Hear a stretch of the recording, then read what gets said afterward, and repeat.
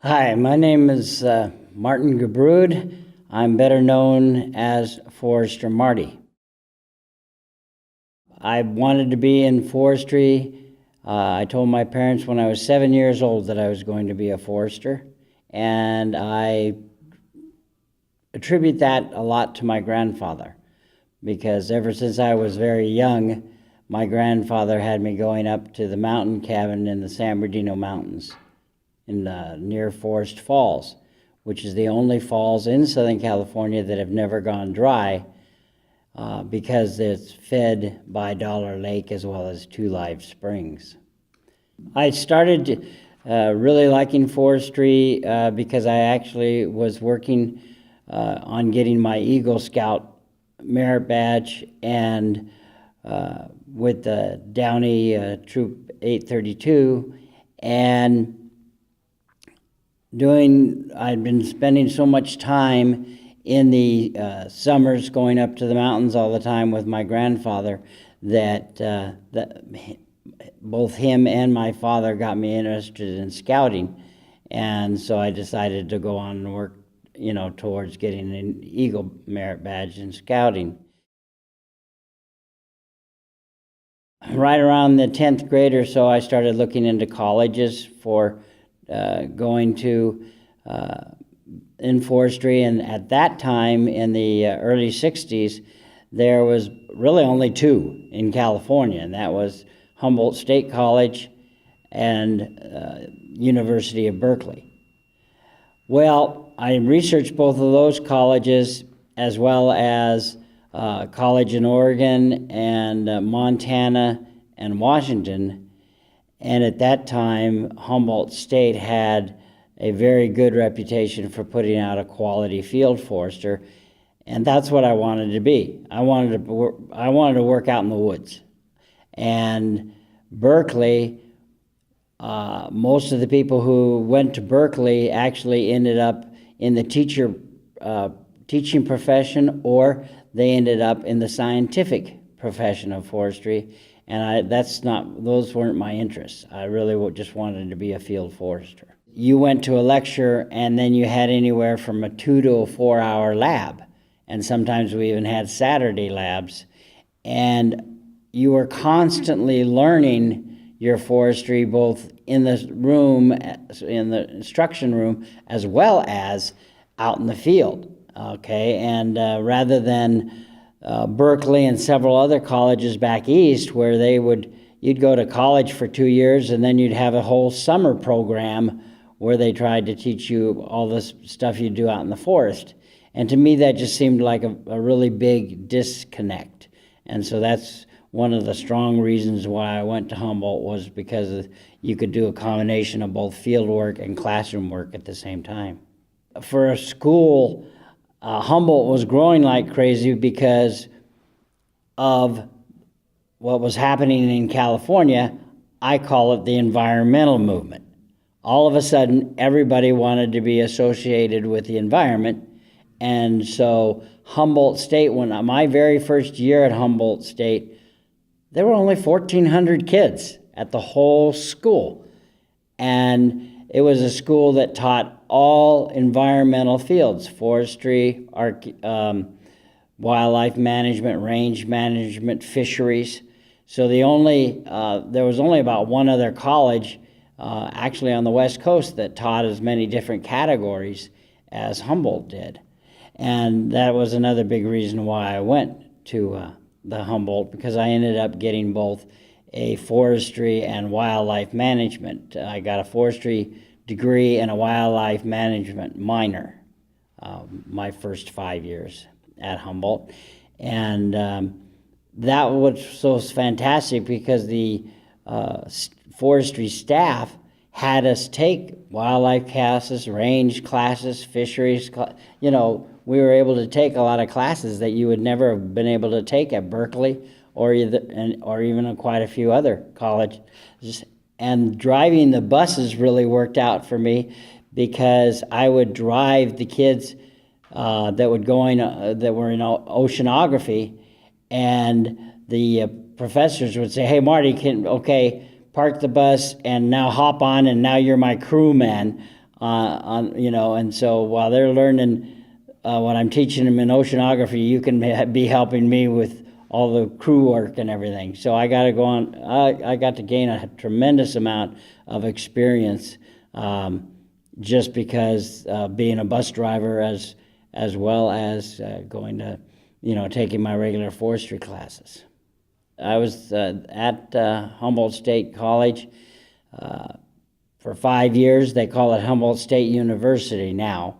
About 8 years after I graduated, they actually, the state, for those colleges that qualified, would be called state universities rather than state colleges. But during my time there, I was really involved in intramural sports, intramural football. I was in swimming and water polo in high school and college, and I did that for 1 year up at Humboldt until I found out that sports and forestry just don't mix. You've got so many classes, lab classes that you have to do and everything else that you just couldn't fit both sports and forestry in at the same time. So I gave up the swimming and water polo, and I just did intramural sports right there with the dorms. I played center for the football, and I was in my logging boots all the time. So in the mud and the heavy rain at Humboldt, I got a lot of traction while other people weren't getting any traction at all. And, so that was really, really a fun experience at Humboldt, was because getting involved with the intramural sports. And then most of the classes, they were arranged for actually Monday through Thursday, and I had a few Friday classes, but it wasn't to the situation where I often used Friday and Saturday to do field work, and then Sunday would be my study day. So it was really convenient the way Humboldt had set up all their classes. And I was also blessed in a way that it was when Humboldt just started the quarter system. They'd always been on the semester system. And with it being on the quarter system, you had to take more classes because they had to split everything up from semester to quarter, but it also gave you more time to insert other classes in wildlife and range and stuff like that you wouldn't normally done if I'd just been involved with the forestry program in itself. I stayed in the dorms the whole time that I was at Humboldt, and actually it worked out for me because after my third year, I was designated as a legislative group advisor, and that way I was in charge of one floor of the dorms, and they paid me for that, which actually the amount of money they paid me to do that was an offset to some of my bills for my college tuition. And I also did bus driving for all the forestry labs, actually all the environmental labs. I did bus driving to earn additional money. And during every summer in the college, I worked for the U.S. Forest Service. And so that's basically how I put myself through college, was bus driving and odd work at Humboldt, as well as summer work with the Forest Service.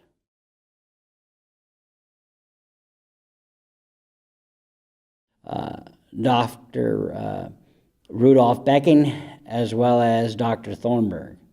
Dr. Thornburg went on to be even Dean of Forestry for a while. And Dr. Becking was an old German forester who had multiple degrees in forestry. And of course, people must realize that the very first trained forester of the United States Forest Service, who started the U.S. Forest Service, actually was a person who was trained in Germany. Because if you wanted to learn forestry, you were sent to Germany to learn to what we call modern day forestry. And so Dr. Becking, being all of his training was from Germany, and so he really taught his classes quite differently than some of the other professors, and he taught advanced statistics and forest statistics and forest silviculture, which were two very important classes.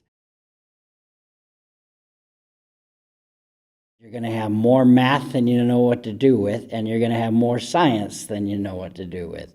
The amount of statistics that you have to go through, and of course I started back at Humboldt with a slide rule because there wasn't any calculators. Not until my third year of college at Humboldt, I bought my first calculator, and all you could buy was a Texas Instrument 100 or a Radio Shack. The Radio Shack one was $60 and the TI was $100, so I bought the Radio Shack one, and that actually lasted 30-some years until my son broke it when he was about 6 years old. It ran on four AA batteries, but it was still basically the basic functions, you know, and that's started at that time. That's when what you call your slide rule started phasing out, and it's funny because today you mention a slide rule and kids, even though they're a whiz in math, what the heck's a slide rule? You know, I think that they should still mention it in statistic classes because your first rockets, and that, you know, if you've seen some of these space programs, that's what they had. They did all of their functions with slide rules, you know, and of course one of the top best slide rule was to have a picket aluminum slide rule because the slide slid really well and it didn't warp, and was a very accurate slide rule.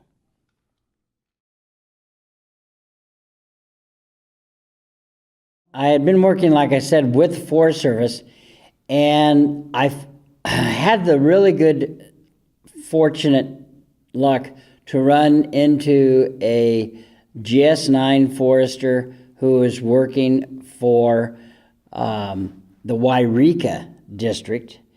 And my very first summer, I did work in fire. And Roy came to me and he says, you know, Marty, if you want to really make yourself available for as many good jobs, what you want to do is highly vary your experience. A lot of foresters, you'll find out they did nothing but fire all 4 summers, or nothing but timber cruising all 4 summers. So with that information, I just did fire 1 summer, and then the very next summer, I was sent back down here. I got a job with down in Lake Arrowhead area, and I was what they called a campground supervisor, something new that they were starting.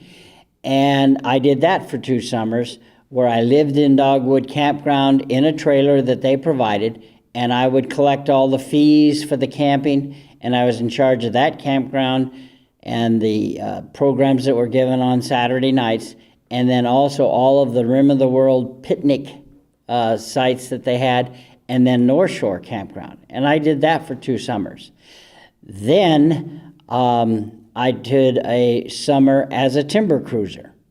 Okay, and so now I had 3 different things going, and all of a sudden, Roy had gotten involved with the Northern California Tree Improvement Program. So he went to Dr. John Alden and recommended me to get involved with that program. And what it was a scientific study of the selection of superior trees. And by phenotypic appearance, you would take a group of trees that looked like they were about the same age, and you do an increment bore of them, and you would get their age and find out, and if they were plus or minus 5 years of each other, they were considered the same age, because that's about how increment borer is anyway.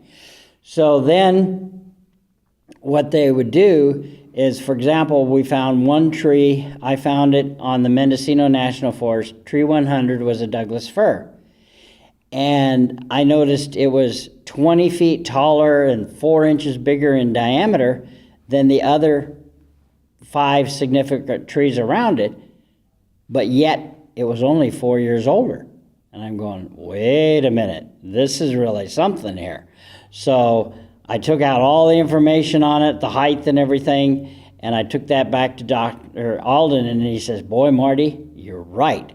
He said, this we've got to investigate this tree. And so I climbed, yet that investigation involved climbing the tree all the way to the top, cone bagging with a special bag, the baby cones so they could not get pollinated by just any tree. And then you'd climb them up again, and when those baby cones had started to open, you would pollinate them with the pollen of a known tree, okay? And then you would climb the tree again after pollinating them and take those trees out of those cones once they were mature and put them in a bag and throw them down on, so they could be collected. They were then taken back to the nursery and opened, and just before they opened naturally, they would warm them up to get them to open, and that seed was then tested. It was planted in certain seed beds, and sure enough, where the average Douglas fir after 3 years old was about 6 feet tall and about an inch in diameter, inch and a half in diameter, tree 100, the trees were 8 and 9 feet tall and 2 to 2.5 inches in diameter. And so he goes, this is definitely a superior tree. And the whole idea of the whole program was they found superior Douglas fir, superior ponderosa pine, superior redwood, and they would take that seed from those trees and then grow them in a nursery, and those are the trees that they put out in the forest after a logging operation.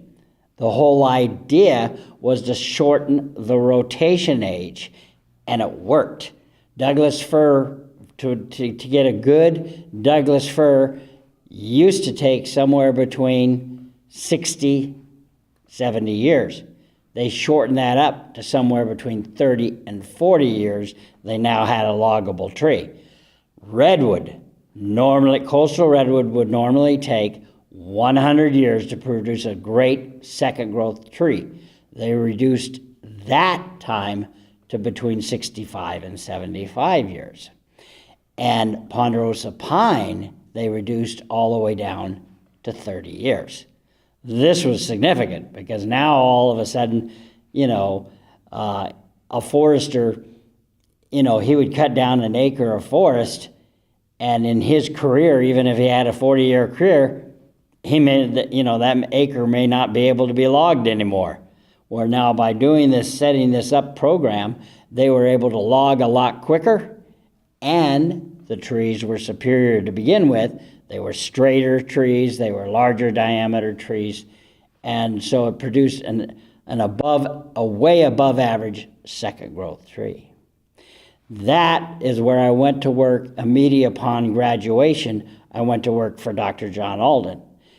And that's where I indirectly met a fine fellow forester who I knew in college, Mr. Herbert Spitzer, and he told me, hey, Marty, Roseburg Lumber Company is hiring field foresters in Southern Oregon, okay?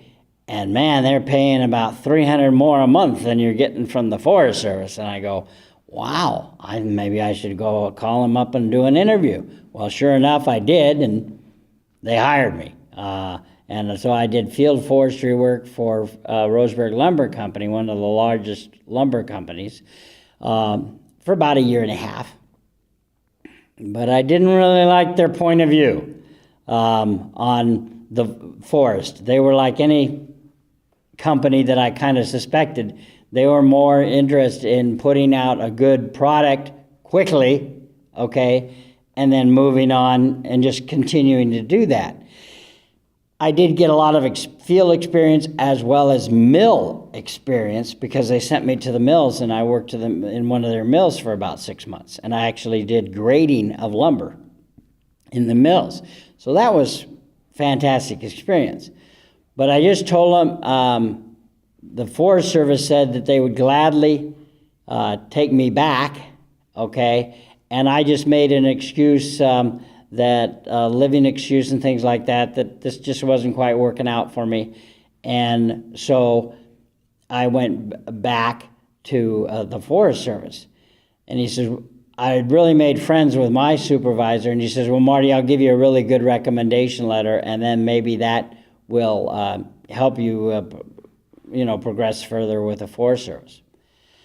So I went back to the Forest Service, and the Forest Service sent me to the Humboldt Nursery. And all of a sudden, up on the board, LA County Forestry Fire hiring 3 foresters. I had lived in Downey my whole life, and I didn't even know that LA County had foresters, okay? So it surely wasn't much broadcasted, I'll tell you that. So I called up the head forester, Arthur M. Arndt, and he said, well, Marty, our interviews are next week, but we could give you a special interview the week after that on a Monday. If you can come down here for a Monday, we'll give you an interview. And I said, okay, I'll come on down and see what it's like. And that was the most thorough interview I'd ever had in my life, and it lasted over an hour and a half. And all my other interviews in my whole life had been 45 minutes to an hour. And I go, but John Hagenmiller, when I was all done, shook my hand. They all shook my hand, but John winked at me, and he says, Marty, I think we'll be calling you sometime later. And I just thought to myself, oh, okay. So I get out of the room, and here's the secretary, and I go, wow. And she goes, what's the matter? And I go, I've never had an hour and a half interview in my whole life. And they go, well, you're only the second person that they've given an hour and a half interview to. Everybody else has been out of here in 45 minutes to an hour at the most. She goes, Sonny, I think if I were you, I'd think you have a job. And I go, well, now that was very encouraging. So I went back on the very high note, and sure enough, 2 weeks later, LA County Fire called me up and said, hey, we have these big projects coming on. Can you come down here in 2 weeks? I go, oh, yeah. I'll just tell the Forest Service I had a family issue come up. And so, needless to say. And so that's how I started my job with LA County Forestry. I graduated in 1972, and I went to work for the Forest Service. Then I worked for Roseburg Lumber Company in late 73, okay? And then I went to work, was hired and went to work for LA County Forestry in August of 74, okay? And I really liked the job after about a year, and I decided to myself, okay, I'm going to try to make this job work, because the great thing the way LA County Forestry was organized is they had nurseries and field activities, and so you could have a little bit of everything LA County Forestry did. So it was not like when you go to work with some lumber companies or the Forest Service, you only did one or two things the whole, your career. You could go in and out and in and out. And so that was another reason why I decided to give LA County Forestry a real try. And I'm really glad I did. I ended up being with them 26 and a half years, and I would have gone longer, but I had an injury. I was hired for what they called at that time the Castaic project. And it was a 4-year project.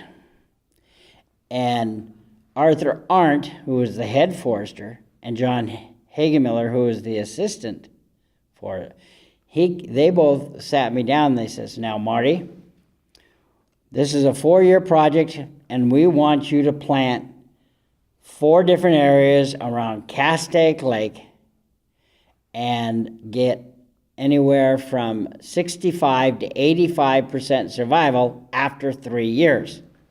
We know you've done a lot of work with Dr. John Alden in selecting superior trees and setting up tree plantations, and that's why you were hired, because we want these to work. We've really told the Parks and Recreation, who's paying the bills, that we can do these, and we can do these around Castaic Lake, Pyramid Lake, and Puddingstone Lake, and you've been selected to do Castaic Lake. I said, okay. And so they took me out to the Castaic Reservoir and told me what their ideas were and of how they wanted to set up for future campgrounds and future picnic areas. And they go, now we understand you've done a lot of road designing when you were for Roseburg Lumber Company. I go, yes. Well, that's good, because you're going to design the roads from the paved road where it ends at the Templin Highway all the way out to the lake. And this is August. We want that road completed by November, because you're going to start planting and plant trees from November to February or March. I go, you want me to go out there, design a 3.5-mile road in areas I've never been in before, and then decide the plantation sites on these hillsides around this reservoir? And you want me to, and this is August 1st, and you want me to start planting by November 1st. Right. Okay. Well, I go, I got home, I go, holy smokes, what have I got myself into? And so needless to say, I wasn't working just 8 hours a day. I worked Monday through Friday and every Saturday for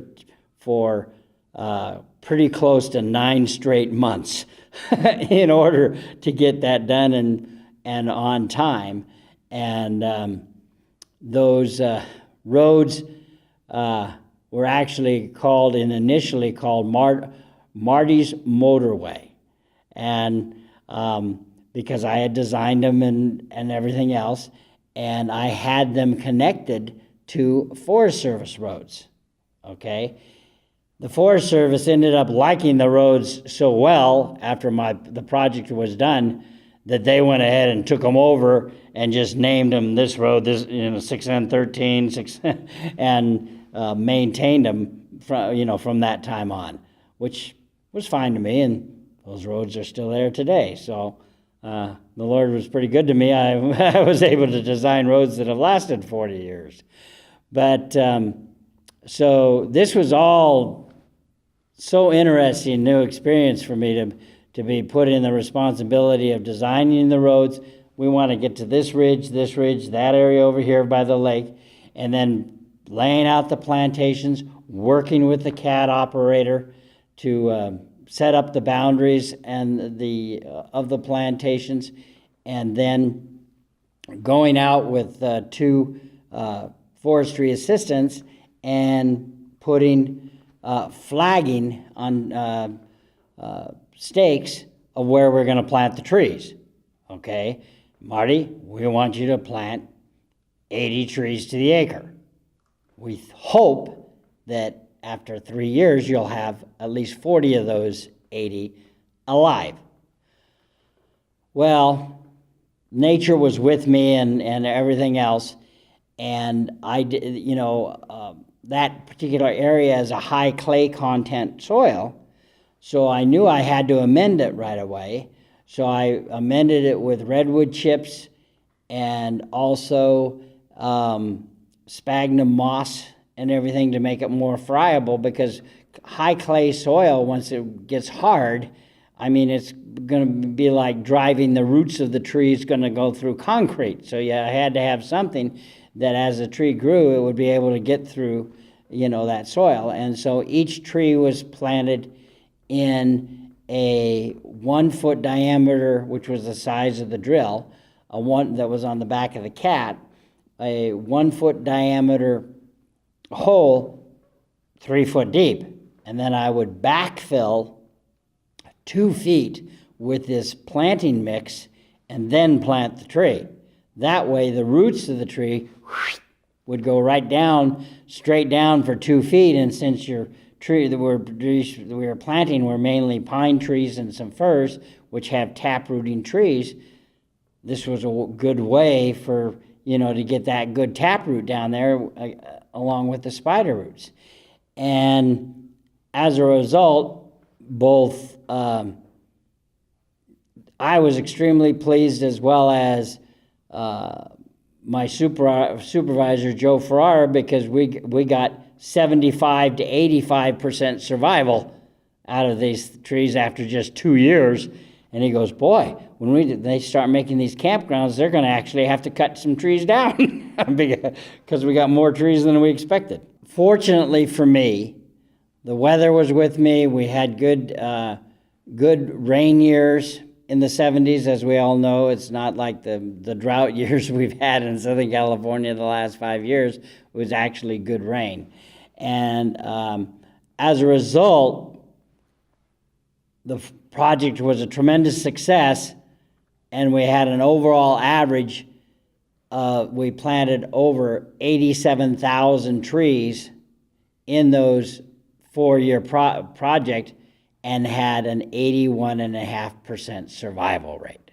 And so now that really gave Arthur Arndt a really kind of thing in his basket, because everybody was impressed, how well that project had come out, and which didn't hurt my career either. They, at the end of the 4.5 year project, they said, "Hey, Marty, how would you like to come to work for us permanently?" And I go, that would be fine with me, because like I said before that, I was only being paid by the project itself.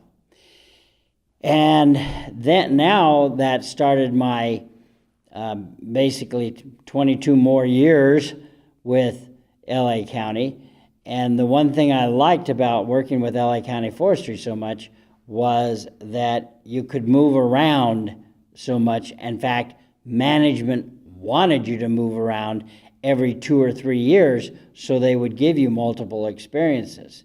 And so what happened is, after the Castaic project was done, they sent me out to our Malibu forestry unit, and that was being run by a very intelligent forester named Klaus Radke, who actually ended up getting his doctorate in low fuel modification plants. And so I worked under him and his project of collecting low fuel modification plants and planting them after fires. So I did that for about 2 years, and then they decided that the fire department came to them, the fire side of the department came to them and said, "Hey, we have all these extra crew people, and we like you to set up some forestry fire camps." Okay, I was selected as one of the foresters to run these forestry fire camps. And so this was a whole new experience, okay? And they were used on forestry projects as well as, of course, fires. And so we set up several camps to do that.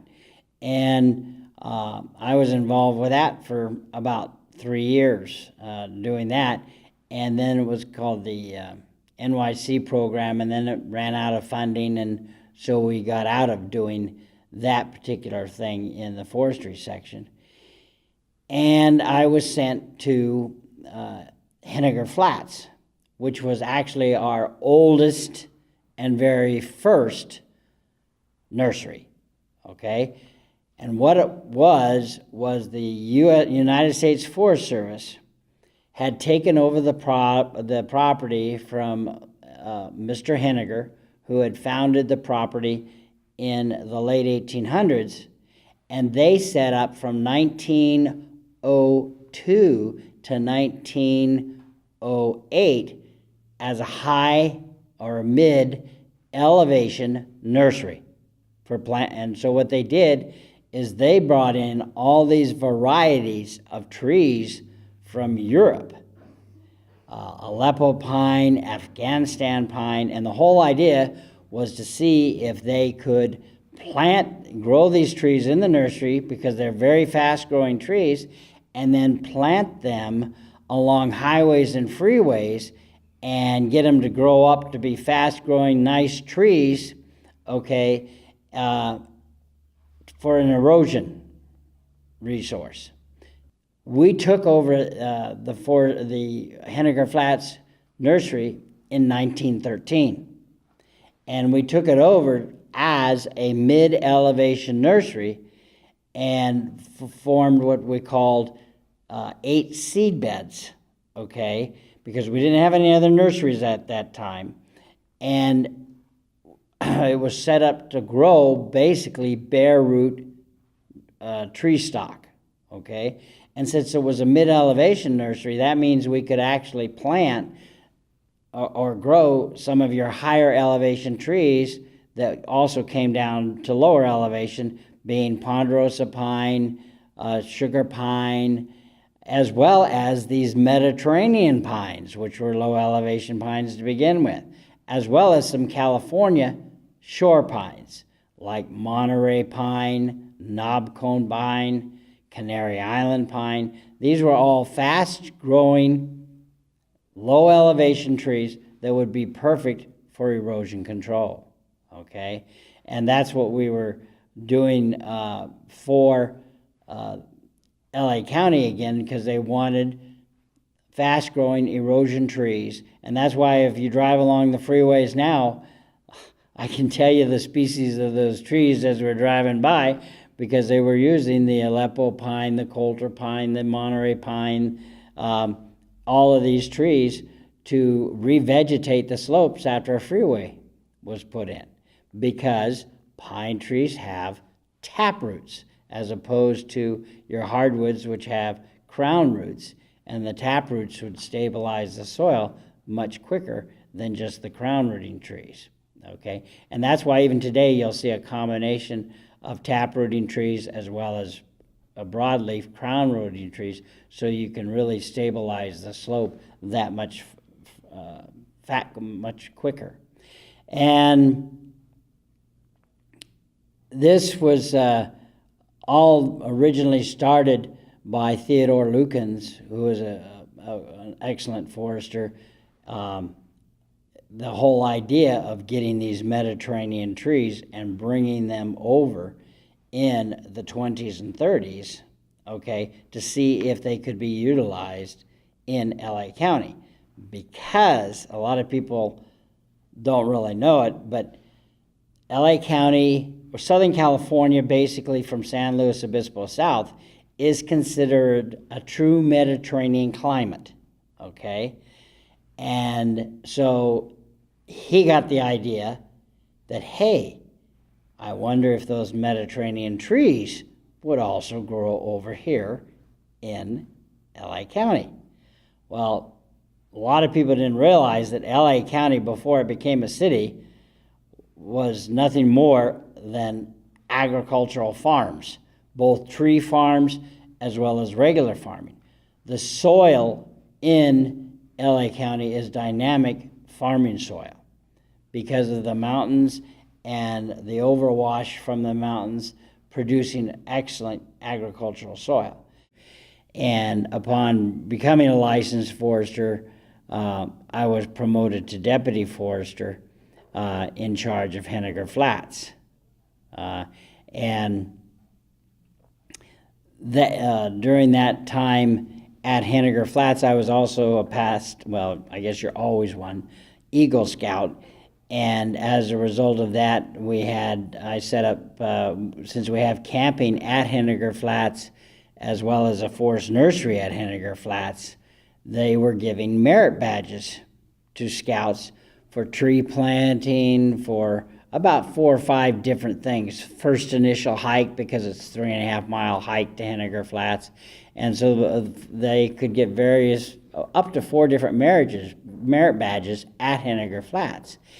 And as a result of that, and since I was so involved with scouting, I tried to get even more scouting involved at Henninger Flats. And I ended up setting up 4 camporees for scouting, as well as even an Order of the Arrow, which is a very high honor in Boy Scouts. Now, and that was my first experience with Henninger Flats, is I got to be, I was put up at Henninger Flats. Since I had such success with growing trees out at Castaic, they put me on doing some tree planting programs around Henninger Flats to make it have more trees in addition to the original plantings at Henninger Flats. And I was there for about 4 years. And from that time, with the success of what I was doing there, they wanted me to start shifting around. So they sent me to Pacoima, where we had our, what we called the Vegetation Management Program and the Environmental Review Program. Due to the success of my Castaic plantings and my work at Henninger Flats, I was promoted to a deputy forester from a forestry assistant just 5.5 years after being hired by the county. After Henninger Flats is when I was set down. The county got this idea. They started wanting people moved around every 2 to 2.5, 3 years to get experience in all the different categories. And of course, we had a very active vegetative management prescribed burning program going on in the 70s and early 80s. And we had a very good captain, Franklin, and also some assistant chiefs and battalion chiefs that really trusted him to set up prescribed burns. And we did prescribed burns as large as 1,500 acres. Even today, we aren't doing prescribed burns of that size anymore. And we did prescribed burns all up and down the Malibus, the Santa Monica Mountain Range. We also did some around in the San Gabriel Mountains, that part of the land that wasn't Forest Service. And of course, we did some prescribed burning out on the Angeles Forest on private property out in the Angeles Forest. And we were actually at one point doing more prescribed burning than the Forest Service or state was doing in Southern California. And we discovered a unique idea is when you're setting up a prescribed burn, it's very important that you know what the wind is going to do that day. So we set up what we called was ballooning operations. And the deputy forester in charge of the prescribed burning program, himself or another forestry assistant that he would assign, would actually have to get up and go out into the field at 5:30, 6 in the morning and set up these balloons with balloon lights attached to them, and they would monitor how the balloon would drift in the wind and whether the wind was staying aloft or whether it was coming down to the surface. And if the wind was coming down to the surface, then they would call off the prescribed burn, because then we could lose it.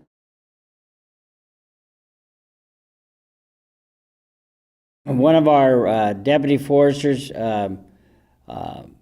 Deputy Forester Paul Rippens, got himself into, went into the more what we call the office, and became an assistant chief forester, and actually made it into becoming one of our chief forester for about 3 or 4 years. And Paul and his father were quite involved with tree planting and also with fires. In the old days, his dad would take out their truck and take food to the fire people and stuff like that. And when when Chief Rippens became chief, he felt that there was so much history at Henninger Flats, since it had been around since the 1800s, that he would even write a small history book on Henninger Flats. And they would build a combination history museum and office. And we actually put together a program discussing all the events that had happened between the Forest Service, between the LA County Fire, the experiments that had been done at Henninger Flats, as well as the fires that had happened in the surrounding areas, that they were able to, using funding from environmental license plates, LA County was actually able to get some of that funding, and they built there a museum, a combination museum office at Henninger Flats today. And that is highly utilized by Scouts as well as other groups, because it tells not only the history of Henninger Flats, but it also tells the history of forestry and the history of some of the individuals that were very important in early forestry, both in the county and in the Forest Service. And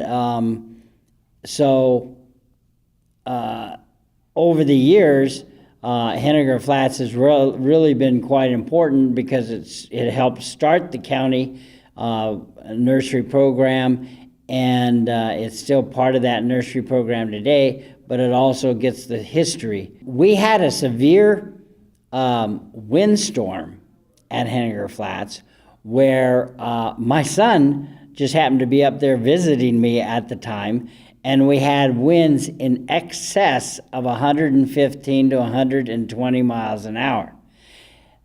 And what happened is, even though they were well-established trees, as I've stated before, your conifers have a taproot system, like a carrot, okay? And as a result of that, they're very firm in the wind. They don't blow over easily, okay?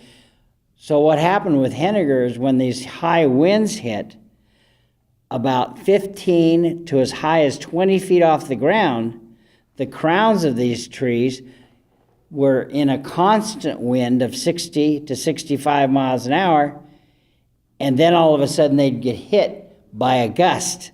And I could hear that gust coming because of a whistle, and that gust was 85 to 115 miles an hour, that it would break the tops right out of these trees.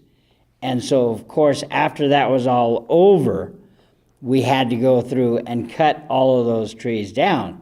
And we're saying, well, man, we can't just make firewood. This is all green wood and stuff like that. So why don't we utilize some of this wood?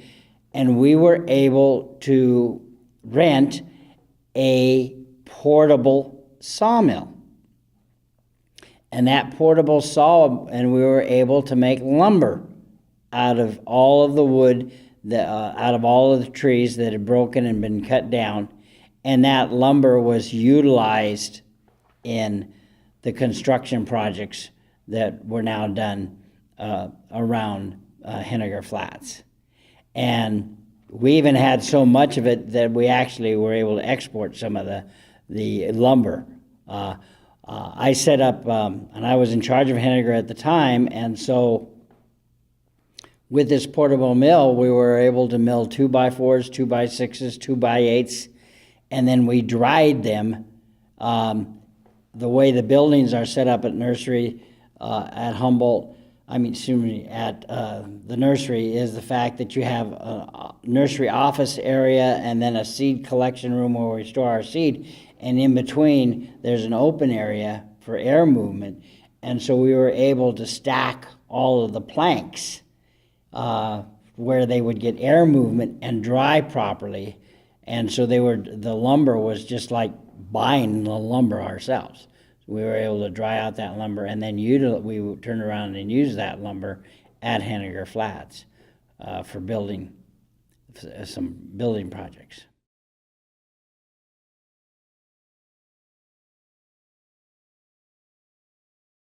About this time that I was had finished up with the Castaic project and working at Malibu.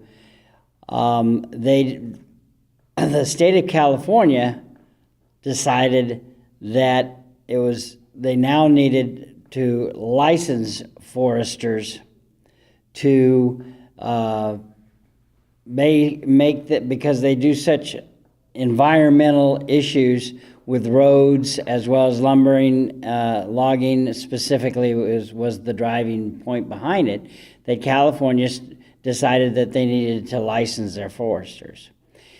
And so LA County got involved with forestry licensing, and what happened was that there was about 2/3 of the deputy foresters and the staff were already had been working for 15 to 20 years for LA County, and they were all graduate foresters. And so some of them were able to actually grandfather into becoming state licensed foresters. However, us people who had been hired in the early 70s didn't have enough time on the books, because you had to have at least 5 years of continuous time to be considered to even take the forestry exam, or 20 years if being grandfathered in. The requirements to take the forestry exam is you have to have at least 1 degree in forestry, 7 years of approved experience, of which your degree can count for 4 of those 7 years. And then you get the fun choice of taking a really nice 8-hour essay exam, which actually put up the forestry degree. The only two jobs that took more education and more experience and licensing was if you wanted to be a lawyer or a doctor. So forestry became a very integral part, and now California started it, and now there's about 7 other states that actually have what you call forest licensing, and about 16 other states that have forestry certifications. And because the movement of the 70s, people were really got interested in forestry, and they decided that they wanted their foresters to be qualified to be able to tell loggers as well as people who constructed roads in the forest what they should and shouldn't do, that those projects should be overseen by a licensed forester. What we ended up having was that all the deputy foresters and all the forestry assistants, the senior deputy foresters at that time, were all licensed in LA County, and so all of a sudden it became very important that any of your new foresters came on, that they agreed that 3 years of working with LA County as well as their 4-year degree would qualify them for the 7 years to take the exam. Since the licensing of foresters became so important with the state of California, they went through those people who grandfathered into the profession very quickly, and all of a sudden the state needed a lot of additional foresters. And like I said earlier, to be a forester was always my dream, and so I naturally felt that I, should get my license as quick as possible. And at that particular time in LA County, they felt that anybody who was a deputy forester or higher needed to have a state forestry license because of the environmental projects that we were doing for the state as well as for the county. And they felt that those projects, even though we weren't doing any logging, we were doing a lot of planting. We were also running forest nurseries, and every forest nursery had a deputy forester who was overseeing that nursery. And so they felt that everybody who was a deputy forester or higher had to have the state forestry license. So, like I said, fortunately for LA County, there was about a total of 14 foresters that qualified to get their license right away. And then there was 5 others, us newer guys that they had hired, that would have to take the exam. And that was quite an experience because, of course, even with all the college that I'd had, taking a 10-hour exam is something I'd never done in my entire life. And that's, quite an experience in itself. And I found out that the average person taking the exam was taking it 3 or 4 times before they would pass it, okay? And I took it in June the first time, June of 77, and like I said, I'd never sat that long on a test, and you had a half-hour lunch break and everything. And so, but I thought I did pretty well on it, and I ended up getting a 69. Well, guess what? That wasn't passing. You had to definitely score in the 80s most of the time, or upper 70s, before they would think about giving you a forestry license. So now, even today, 45 years later, they haven't even hit the number 3,000 of licensed foresters. And that's considering the first 500 were grandfathered in, because the test is such a hard test that the average person takes 3 or 4 times to pass it. I mean, and I myself took twice to pass the test, but it's something I really wanted to do my whole career, and so I wanted to make sure that I could become a licensed forester. Over the years, things have changed, even in the state, that they've kind of broadened the forestry categories to where, as long as that forester is supervised by a person who is licensed, he himself doesn't have to be licensed. And so at that point, LA County went to making sure that the assistant chief foresters had licenses because they were supervising the deputy foresters. And so that's kind of where the situation is now with LA County Forestry.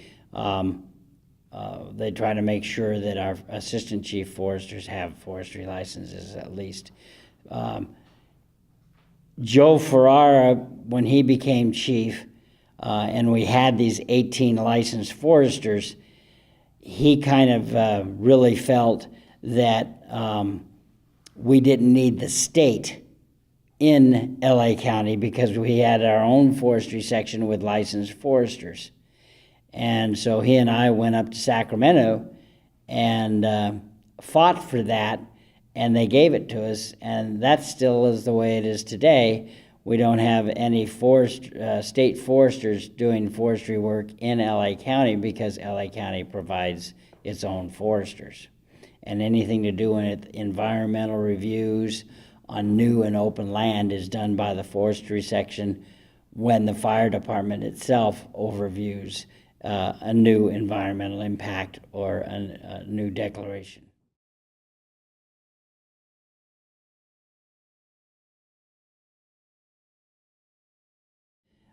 Roughly between 1923 and 1926, the LA County Fire, the Board of Supervisors decided that LA County Fire and LA County Forestry should be combined. And that's why its correct title is LA County Forestry Fire. And CDF did the same thing. They were originally California Department of Forestry, but now they end up having maybe 200 licensed foresters and 5,000 firefighters. They now call themselves the California Department of Forestry and Fire Protection. And this all had to do with the licensing process that has happened.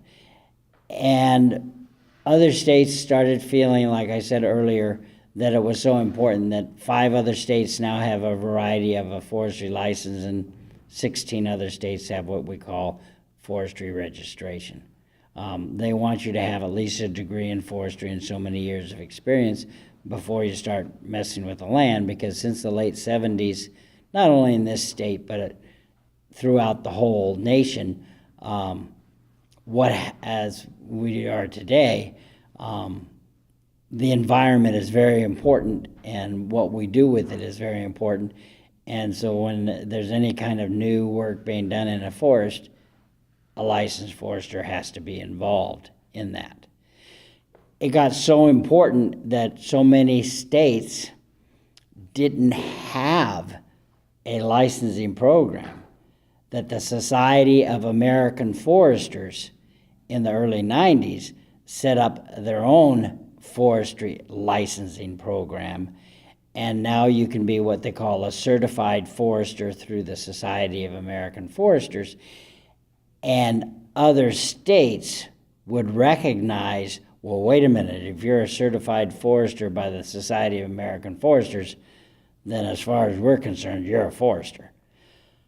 Since California was the first state and the requirements were so strong, and they've been doing it so long, since the mid-70s, other states, if you're a forester in California, they consider you a forester. You can work in other states because they know that the state of California is so particular on what they call a forester, and which is really kind of nice. So I myself have been a certified forester through the Society of American Foresters for 20 years now. This year, I've been licensed by the state of California 40 years this year. You may have noticed this stick that I've been holding here, and this stick is actually I have a bum knee. Through all the 40-some years that I've been in forestry, I've had operations done on my right knee twice and my left knee once. And so when I really have to do active field forestry work, I often use this stick, to help me up and down in the forest. Now, this isn't just a stick. This is what foresters call a Biltmore stick, And it has various markings on it, so that with this stick, you can tell the height of the tree, the diameter of the tree, and with the Scribner decimal C, you can actually figure out the board foot volume of wood in that tree. And that was how they did in the old forestry days. That's how they would figure out the volume of wood that would be harvested is they would go out and measure certain trees and then extrapolate that into a whole forest and decide, okay, this is a 10,000 board foot lumber sale. Okay.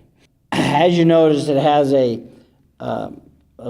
ball on the top, and actually that's, there was, or you can get it still today, there is a compass on the top of this ball, and so you can actually use it for when you're out in the woods to know what direction you're going. But it was designed, basically, you screw this bulb off, and the threads on here are the exact same threads that you can put on either what they call a staff compass or an Abney level, and you can actually use it for basic, fast engineering for doing a closed transit survey. And of course, like I've said, it is a Biltmore stick, so I can utilize it for telling the height of the tree, the diameter of the tree, as well as a rough estimate of the board foot volume of that tree, which you use in timber cruising. You may notice all of these different letterings I have, and that is actually, I put that on there because one side here, RPF 1780, that's my state forestry license number.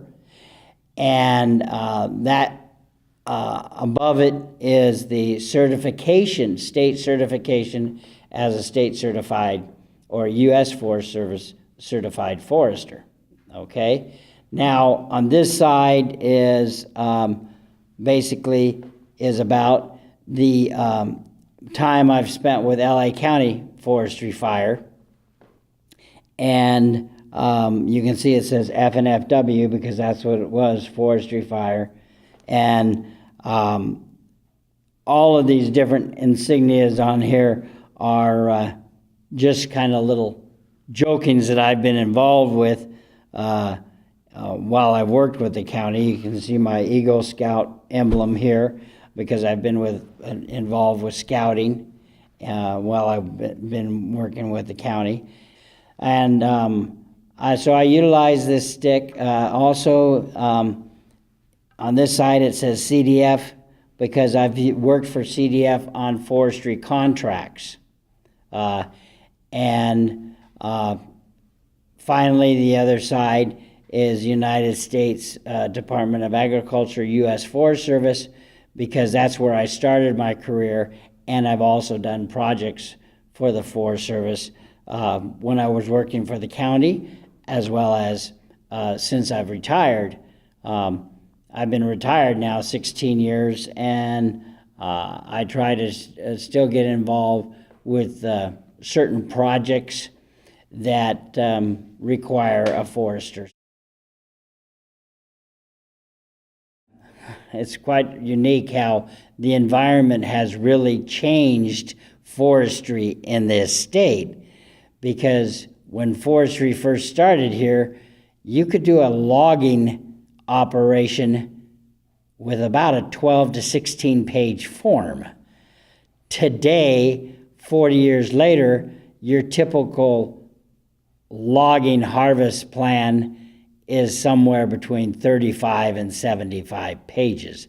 I mean, it's really a miniature environmental impact report that you're doing in order to log trees.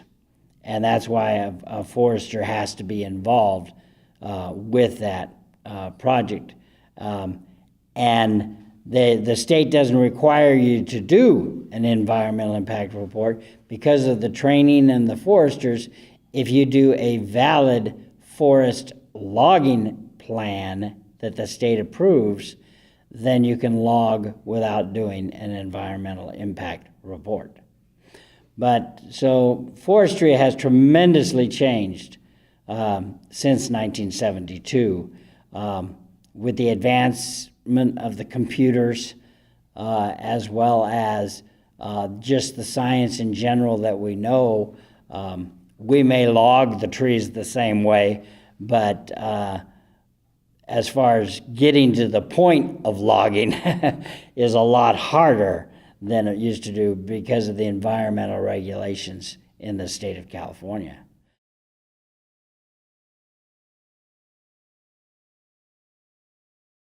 Getting back a little bit to myself, LA County, like I said, had a really good idea, and one of the reasons I stayed with LA County is because we have such a variety of forestry functions that you can do. You can be a deputy forester in charge of a nursery and just handle the production of trees and give advice to homeowners as well as businesses in your area of your forest nursery. Or you get involved with the prescribed burning program, where you go out and do fuel samples and set up programs, prescribed burns for relieving the pressure on the environment, hoping to break up the environment so that we don't have as large free burn, emergency fires, because prescribed burning can slow down the progress of those fires. We also have, like I said, what we call the Environmental Review Unit, because the Board of Supervisors, because of the forestry license, has decided that when a new impact to the land is done in LA County, and I mean that's land that's nothing but land, has nothing, no buildings on it at all, that now somebody wants to put a building on it, a house, or do something to that land, that particular parcel of land has to be seen by a forester as well as fire. So first the fire takes care of it, and then the forestry goes and checks to make sure that all environmental laws are done so there's not an impact. So that's a very important unit, the Environmental Review Unit of the LA County Fire.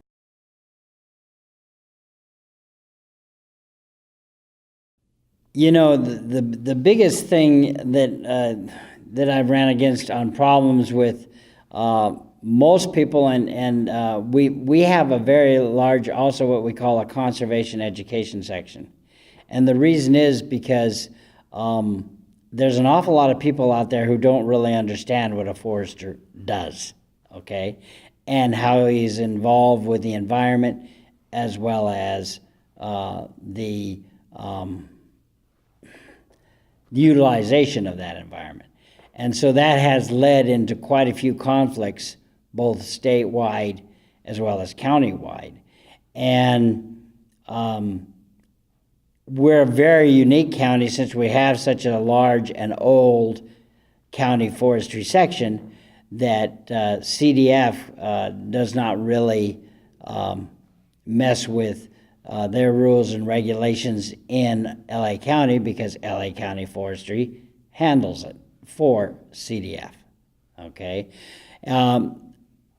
Throughout my career, most of the time, you get really involved with political issues when you're involved with prescribed burning, when you're involved with environmental review of new projects being done in the state. The rest of the divisions of the forest nursery work, landscape, and things like that, we work pretty much in coordination with the Department of Recreation in LA County, as well as state fish and game. And so there's really not too much conflict when it goes to that, because it's over the years, it's fire is extremely important, of course, to the environment, and so forestry and fire have kind of really gotten together with each other to work out a lot of the kinks that can happen.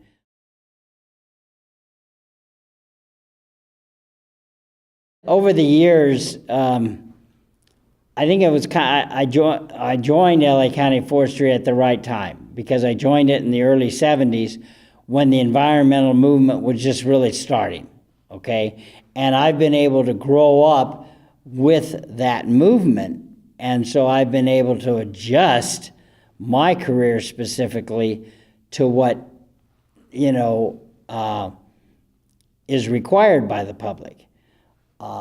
I myself felt that I should know as much about the environment that I could, so that not necessarily to become an expert in it, because everything is so broad nowadays, but at least have an idea of where the public is coming from, as well as the various departments from. So besides being licensed by the state of California in forestry, I'm also licensed as a pesticide applicator, as a pesticide advisor. I'm licensed in forestry, fire, archaeology, pesticides, and farming. I've taken tremendous agricultural classes. I mean, I never intended to end up with 3 degrees. I have a degree in forest management, a degree in forest silviculture, and a master's in urban forestry. So I have just done these over the time because I felt they would not only advance my career, but also make me a more valuable forester just to the people of the county of Los Angeles, as well as the state of California. Over the years, Henninger Flats has really been quite important because it helped start the county nursery program, and it's still part of that nursery program today, but it also gets the history. We have a conservation education section, like I've said before, which often goes to schools and tries to explain what forestry does for the environment. I mean, I can't tell how many times a person has come up to me and said, "Marty, just what is a forester and what does he do?"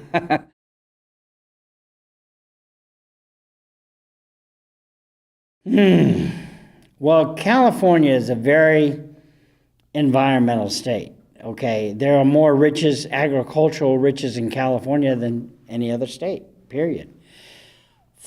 There's also tremendous amount of national parks, state parks, national monuments.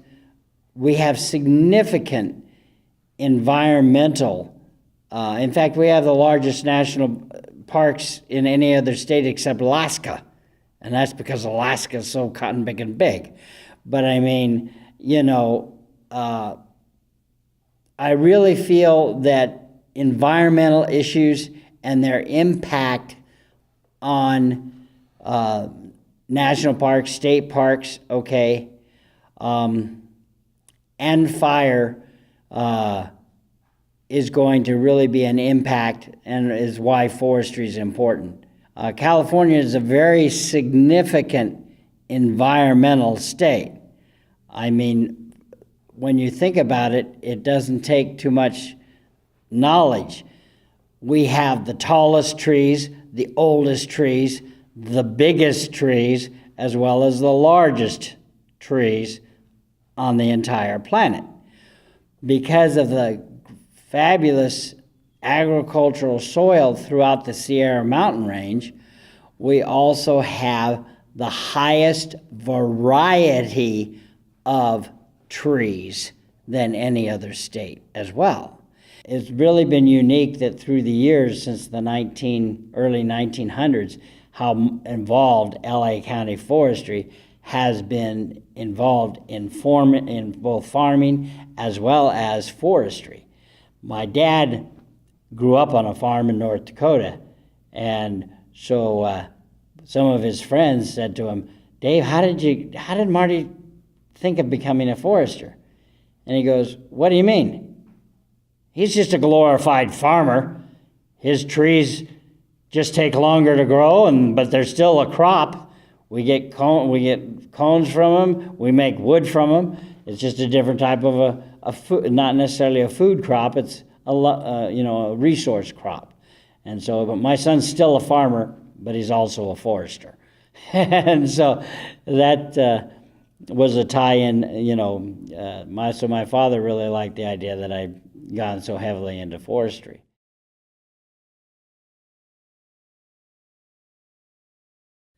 I would tell anybody, anytime, who is at all interested in the environment and the changes in the environment and what changes are going to happen in the future, that if you're at all interested in, plants nowadays, trees, people may not realize it, but there are more products from trees than any other natural element on Earth.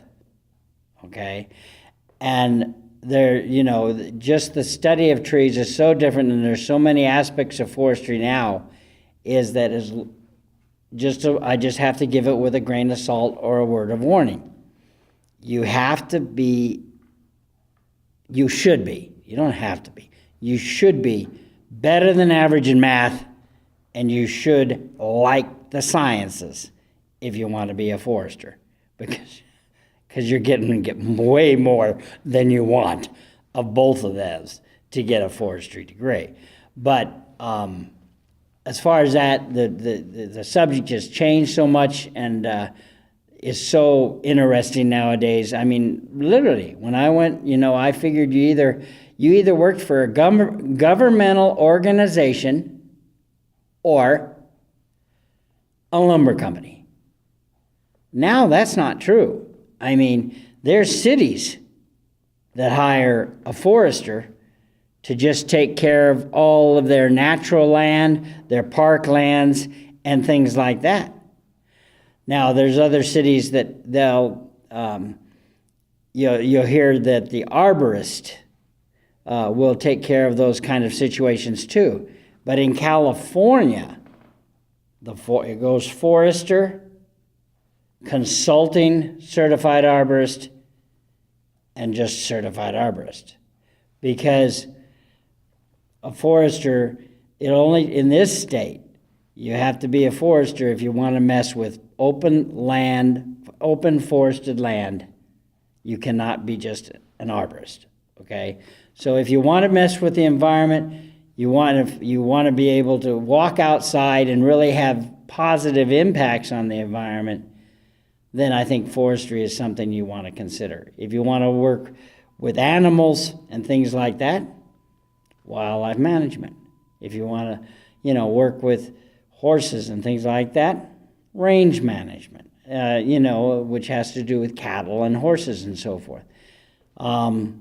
That's why Humboldt's so great, is that it, covers all forestry, fire, all the different, environmental degrees you can get at Humboldt, okay? A lot of colleges, not a lot, but other environmental colleges have certain degrees, but Humboldt has soup to nuts. They have forestry, oceanography, you name it, Humboldt's got it. And that's why I chose Humboldt to begin with, and I would still tell kids today, if you want to go into and some people do.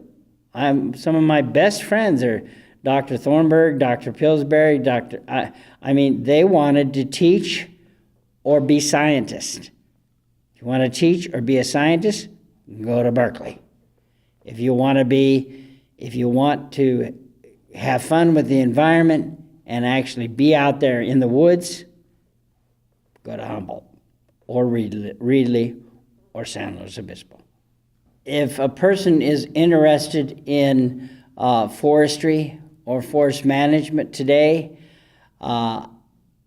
first of all, he has a much wider possibility in California, because now there are various colleges besides Berkeley and Humboldt. We also have Reedley College, College of the Redwoods. He can get an AA, a beginning degree in forestry, before he goes on to his higher learning. What's been very involved with forestry in California, because forestry started so early in California, 1911, we have also been very intricately involved with the Society of American Foresters that started in 1905. In fact, some of the very first foresters in California were heavily involved with the creation of the Society of American Foresters. And so California has been very, tried to keep itself very busy in that organization throughout the years. And as a young forester, I decided that I should also get involved. So I started really getting involved when I was in a late sophomore and junior, and I knew I was going to finish my forestry degree.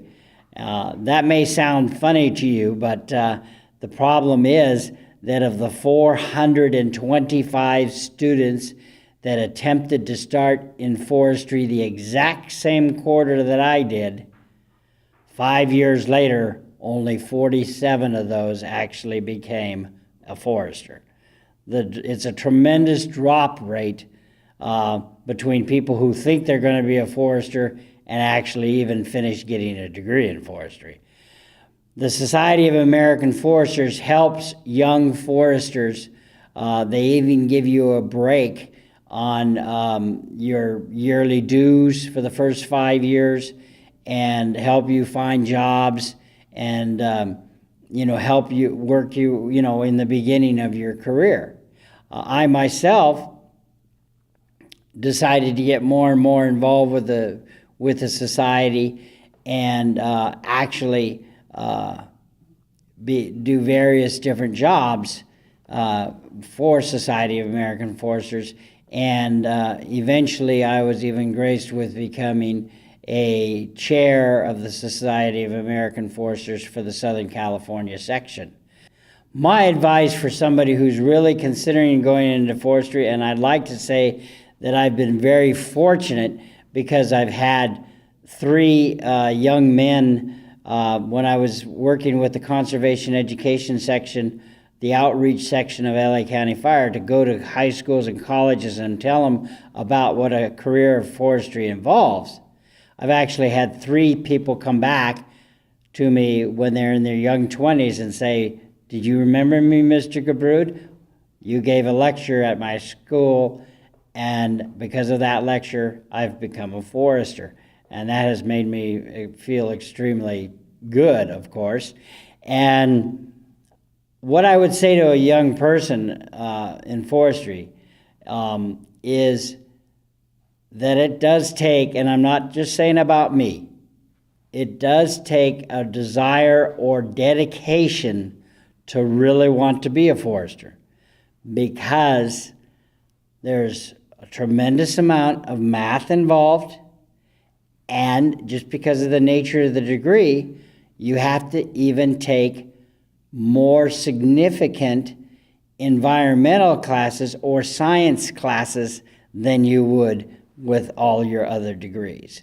In fact, just to get a Bachelor of Science in Forestry, that's the key there, Bachelor of Science rather than Bachelor of Arts, you have to take more engineering classes, which has to do with math, and more science classes, chemistry, botany, biology. You have to be willing to take those classes and, in my opinion, be better than average in math and also like the sciences if you want to be a forester. And I don't pull any punches when I tell when a kid asks me, he says, "Marty, what does it take to be a forestry?" I'll say, "A lot of work, and let me explain." Because, it is really something I had no idea until I started getting involved at Humboldt how much work it is to become a forester.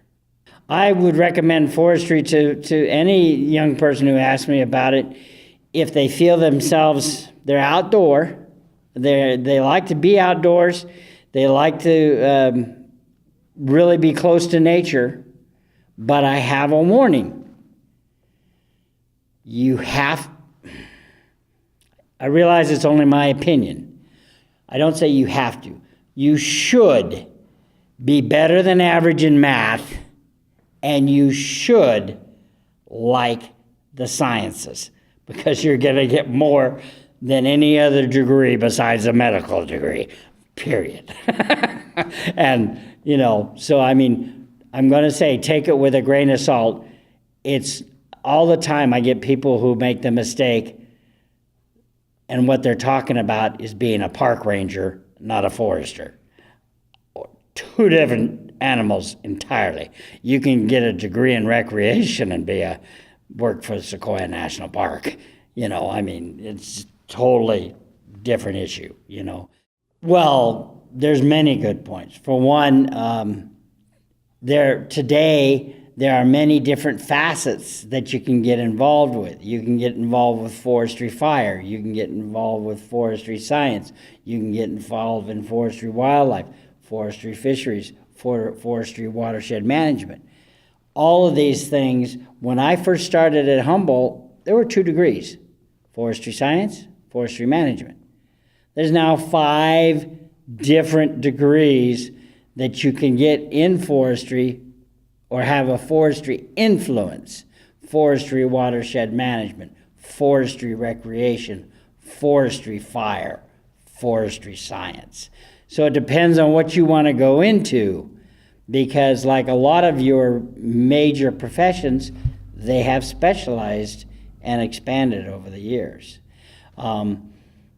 Pretty much you either wanted to become a teacher or you wanted to be involved with fire or logging when I was a young man. Now there's so many varieties, things, it even makes, and what that has done is it has made the field of forestry much, much more favorable to women.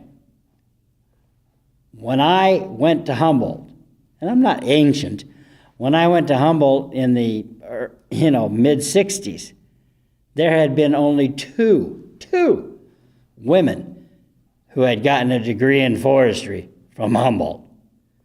Now, they make almost a third of the foresters out there. Okay, why?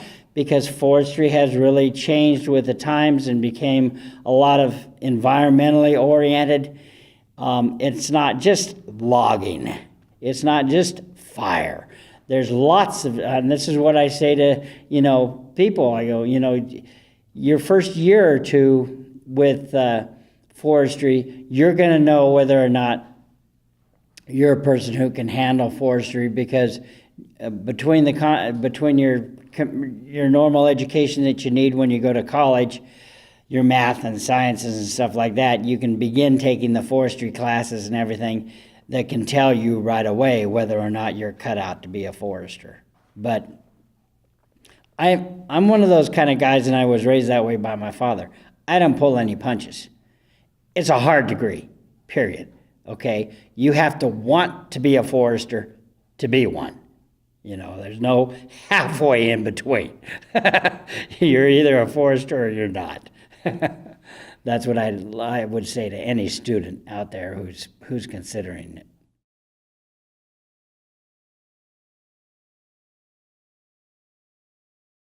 We made a lot of mistakes. Smokey Bear was good at the time, but now we have learned that it's not a good idea. We've really started learning since the 60s and 70s to prevent all fires. Okay, that's why prescribed burning was invented, or even today when we have large fires going, we will let certain sections of those large fires burn because they're safe to burn, because in history, depending upon your location in California, you have a 25 to as high as a 100-year natural selection of fires. Way up on the coast in Northern California, their fire frequencies every 100 years. Down here in Southern California, it varies depending upon the area and the climate, between 15 and 25 years. You stop that cycle, you're in trouble. And that's exactly what we did. And that's why we have areas that haven't had a fire for 100 years. When you get a fire in those forests, you can't stop them. I don't care who you are. They're going so fast, they're driven by Santa Ana winds, or they make their own wind. The vegetation is so extensive. I don't want to get in trouble here, but, California is a highly, and I'm not trying to be political either, but it is a democratic liberal state. As a result of that, we do not do near the amount of logging that's necessary or the logging that we used to do. The average, depending upon the species of tree and the location of the forest, you should have only 80 to 125 trees to the acre. In many parts of this state, we have 200 to 350 trees to the acre, and there are parts in this state where I can show you 800 trees to the acre. It's not only not healthy for the trees, but it's not healthy for the environment, and you can't control the fire when you get into that kind of a situation. We have got to go into prescribed burning more, where forestry really comes critical, okay, because we study the environment as well as, man's capability. But that's what's so important about forestry now is we've got to break this cycle. And the Forest Service sees this, California Forestry sees this, and LA County Forestry sees this. The fires we're getting, it's been in the news, are big, mega fires that all we can do is look at. I mean, you can't put water on a 2,000-degree fire and expect the water to do anything except evaporate. I mean, it's not going to put out the fire. So we have to get way ahead in the fire, put in massive fire breaks with D8s, D9s, and actually use fire by doing backfires, back burning, to stop the fire. Because the only way we eliminate the fire is two ways. You cool it down or you remove the vegetation, period. That's the only way to stop a fire. And, so we've got to get back, and I don't care who the organization, the U.S. Forest Service, CDF, or the county, or private, the U.S.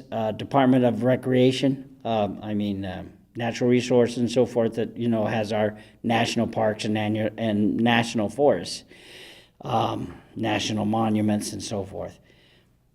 We've got to get back to doing, if not excluding fire. We either have to thin or burn. We don't have a choice, okay? I would rather thin and use the wood for something rather than just burn. But there are times when it's more efficient and more proper just to burn. We've always had bugs, okay? But we have too many trees. I can show you when I was a boy, just like they've shown in programs, when you only had 80 to 100 trees to the acre. You put 300 trees on that acre, the bugs, after a 2, 3, 5-year drought, are going to have a heyday. Why? Because the only way that a tree kills bugs is it pitches them out, it encases them in pitch and drowns them in pitch. That's how a tree kills a bark beetle. After a 4-year drought, it doesn't have any pitch to pitch it out.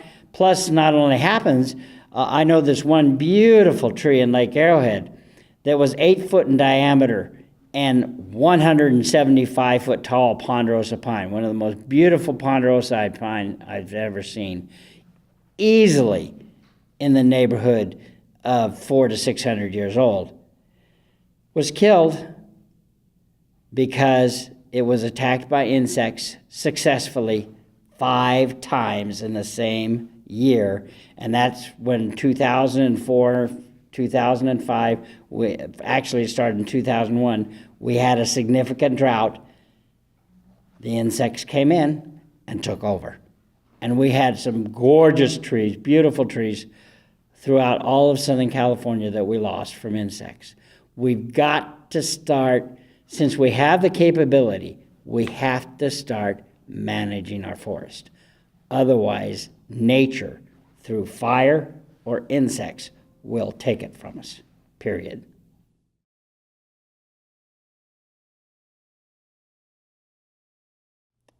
I hate to be crass here, but an ideal forest view would be a forest like it was in the mid 1800s, late 1700s, when it was managed by the man above.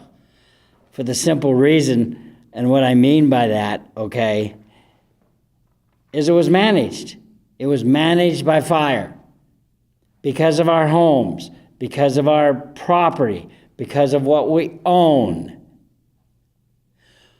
We have forced man to manage the forest. You cannot just let it go. We have designated areas in the forest as well as the national parks, okay, that are wild management areas. Those areas are usually certain high mountaintops. They're designated wilderness areas. In those areas, we let fire, insects, and disease control the forest naturally.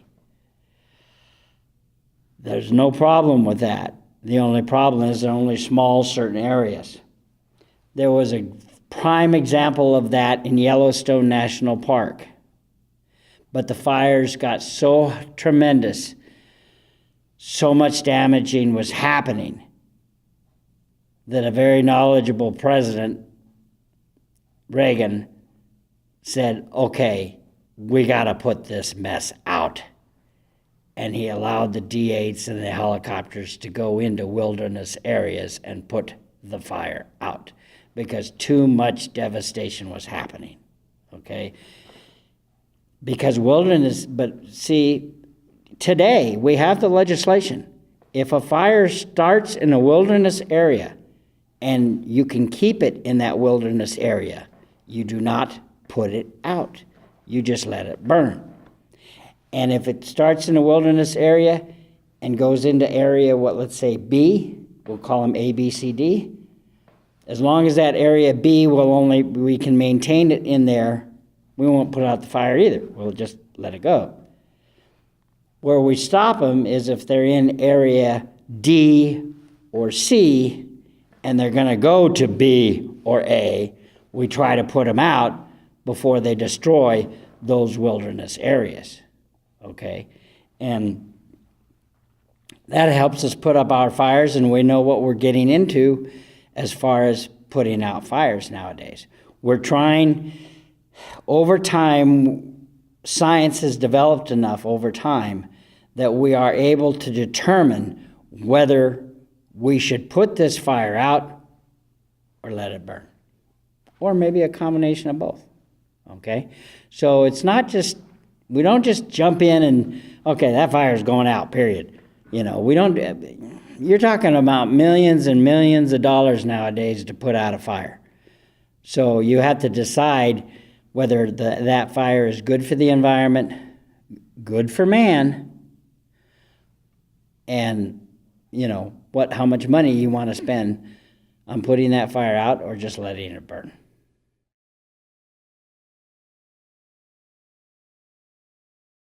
Well, yeah, I've written most of my career.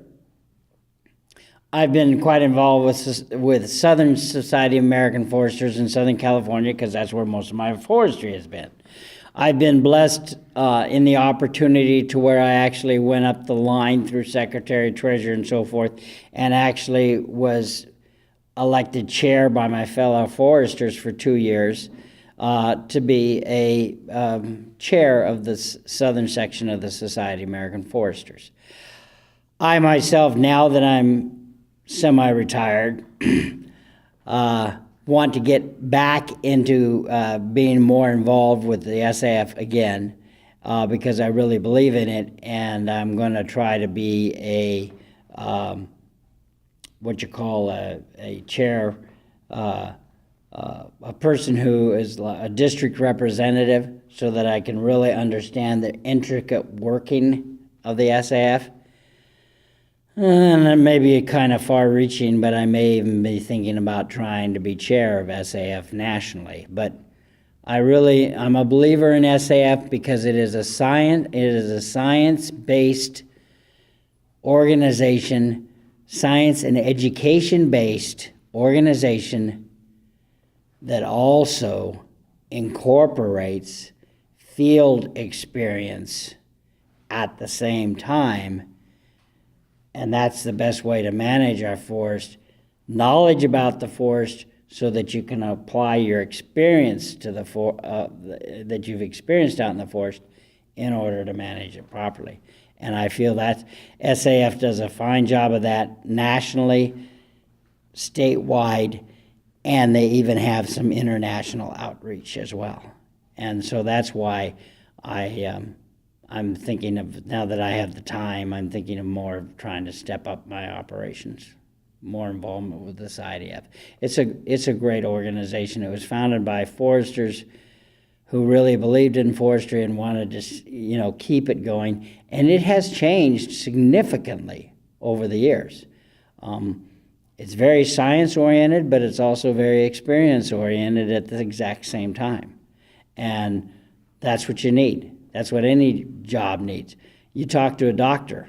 He can go through 8 years of school, but your top guy who works on brains or on your heart, he has the hands or skill to work on mine, but he'll tell you, and I've seen him when they've been interviewed, I won't trade nothing for my 40 years that I have at doing this, besides the 20 years of education I have. Experience is what you need in combination of education, and that's what SAF is all about. It's about education and experience to environmentally manage the forests of the United States. Forestry has so changed. I've been blessed in my career that I've gone from basically soup to nuts. And what I mean by that, when I started forestry, there was still you could only get 2 degrees, forest management, forest science. You either worked out in the field or you worked behind a book or a desk or whatever, okay? Nowadays, forestry is so expanded into all these different categories that I mentioned earlier that it actually makes it a more appealing career. There are more women that are involved in forestry than there ever has before, okay? And I think that's a good thing, okay? I think this variety is a great thing. And as long as the Society of American Foresters keeps up on that, I think, it'll just keep growing and be more, I don't know why it is, but I'd like to see more of a variety of people involved in forestry. And for some reason, you don't see that many different nationalities involved with forestry. Yes, you'll have some of your Chinese, Japanese scientists involved with the upper parts of forestry and stuff like that. And I don't know the reason. I really don't. I wish I did. But for some reason, you don't have very many higher up Spanish foresters or higher up Negro foresters, or you just don't. And I think they look at the environment and the recreation different. It could be in their upbringing, I don't know. But all I know is even today, over 80% of your foresters are white. And now, at least 25% of that 80% is women. And I think that's terrific because they definitely can give a whole different aspect. Why? Men look at things differently than women do and vice versa. Oh, yes, there is. Actually, the fire side of LA County Fire refers to me as Fire Forester Marty. The forestry side refers to me as Forestry Marty. Chief Ryland, one of our best fire chiefs, assistant fire chiefs, I should say, throughout my career. I was a logistics chief for 15 years. And we had one really major fire that we had to do basically we had to burn out a canyon to stop the fire. And he said, you guys, you got to get me Forester Marty. I really liked that term. So after I got off that fire, I told Chief Ryland that, and I said, you know what? I'm going to call up the Society of American Foresters, the American Forestry Association, the California State Firefighters Association, and I'm going to ask them to see if there's anybody else in the California or the United States, and this was 30 years ago, calls themselves Forester Marty. 2 weeks later, they all came back and said, nope, we can't find anybody. And I go, well, there is now.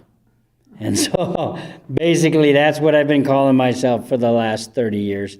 And it was all because that's what Chief Ryland called me, and then the other fire chiefs picked up on it real quick. And so that's why I started calling myself Forester Marty. So that's the story behind that.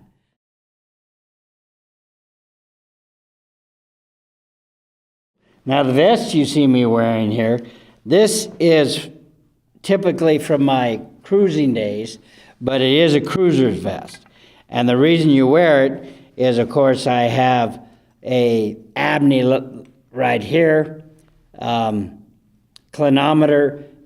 You can take your slopes and heights. You can determine heights of trees. You can determine percents of grades, so forth. I also, of course, have a compass so that I don't get lost. And I also have a what you call a diameter tape, which is used for taking the diameter of a tree. Now, like I said, I could also use the stick. Here's a diameter tape, because the stick is marked off to where you can take up to a 2-inch diameter with this stick. And a lot of your logging rules are based on either a 1-inch diameter or a 2-inch diameter. And of course, when forestry first started, you weren't using percents. You were using what they called a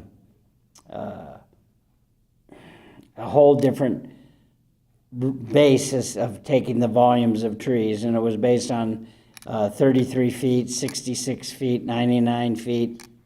It's based on what they called a forest chain, okay? And I don't know, in around the maybe the 50s, 60s, I'd have to talk to a few other foresters. They started using percents a lot more and stuff like that. So your diameters were all of a sudden started coming in inches and stuff, and you started having to be 50 feet away from a tree, or 100 feet away, or 150 feet away. So you can tell the height, of the tree. Because in order to get the volume, you have to have the diameter and the height in order to get the volume. Unless you're a really good judge of 16-foot sections of logs, and then you tell me, oh no, that tree's 5 logs high, no, it's 3 logs high, no, it's 2 logs high.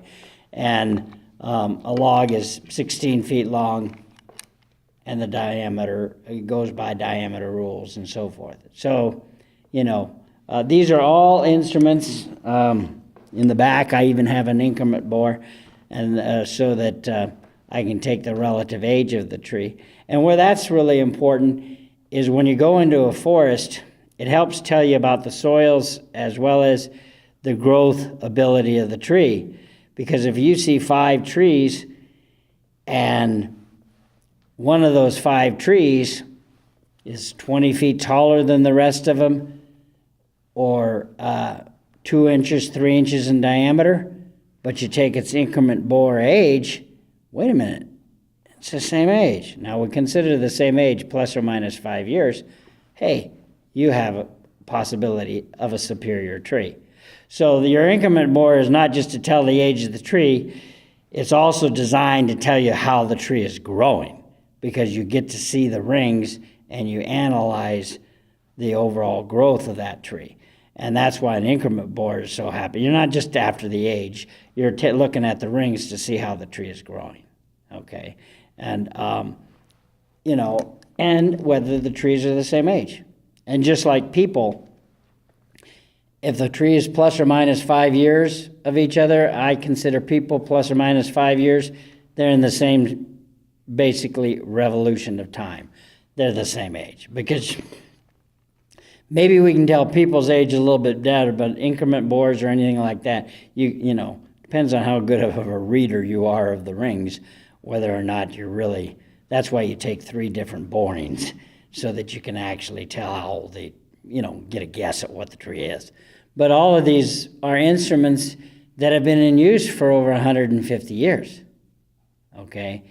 And that's why a forester even today is taught their importance and how they're utilized, even though we now have handheld instruments that if it's not really rainy, really bad, or really bad cloudy, you can tell the diameter of a tree, the height of a tree, and how much board foot volume's in the tree just by properly using the fancy devices nowadays.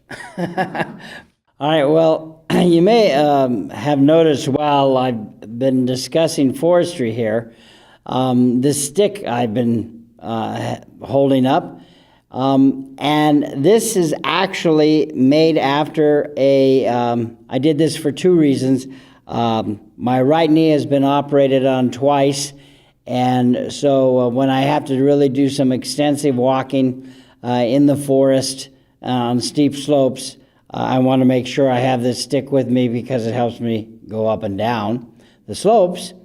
But you may have noticed all of these carvings that I have on the stick, and what you're facing, the side that says RPF stands for Registered Professional Forester, and that's why it says 1780. And right here, RPF 1780. Now you'll see there's a skull and crossbones at the top, and underneath the forestry insignia is a rattlesnake. Well, that was because a couple of chiefs of CDF said that I'm not exactly the easiest person to get along with when it comes to what I feel about forestry and its importance to the environment, as well as the importance to fire. And so that's, I have the bite of a rattlesnake, and sometimes I can get really upset, and that's why the skull and crossbones. Now on this side, you'll see the various designations, and actually these medals are different categories or years of time that LA County Fire, has gone through. This is the FNFW 75-year pin for Forester and Fire Warden pin, and these are also LA County Fire pins that have to do with the length of the fire department. Now this FNFW stands for Forestry and Fire Warden. You will also see these insignias here, and the one is a bulldog here, and the reason I would say that is because LA County Fire can get very bullish on quite a few different environmental issues besides just fire. They are very heavily involved with scouting, and this is the scouting insignia here. The horse and the sailboat here have to do with the fact that we're the only department in California, and probably through what I've checked on, the only department in the United States that actually goes from the ocean to the desert with a significant mountain range in between. Okay, we have the LA County Fire Lifeguards, and we also we handle fires in the desert, and we have hills and mountains in between. And so that's why I have, these insignias on here, which have to do with everything that LA County Fire and Forestry has been involved in over the years. On this side that says CDF, it stands for California Department of Forestry and Fire Protection. I was being a little bit of a jokester here. Underneath the California emblem here, the forestry section stamp, you'll notice a turtle. The reason there's a turtle is because sometimes CDF is a little bit slow on doing things compared to the county. That's in my opinion, okay. The other here is a bulldog, and that's because CDF, once they get going and get their teeth into things, they don't let go until it's done. They're a very extremely good forestry organization. And then there's a lion here, and these all, and a horseshoe, because CDF is the same thing. CDF throughout the state goes from the ocean to the desert, and they're involved with wild animals, horses as well as other animals. And so some of this stuff was just a bit of, joking things on my side that because I have quite a few CDF friends. And what these are all representing is LA County Fire, of course, was mainly my career and most time in forestry, but I also did contracts and worked for CDF and did contracts and worked for the U.S. Department of Agriculture Forest Service. And that's what this side is. And you'll notice up here I have Smokey the Bear, and underneath him is a crocodile. And then way down here at the bottom is a dolphin and a desert. Because if you think about it, the United States Forest Service, in those states that it's involved, goes from the ocean to the desert with the mountains in between, just like LA County Fire does.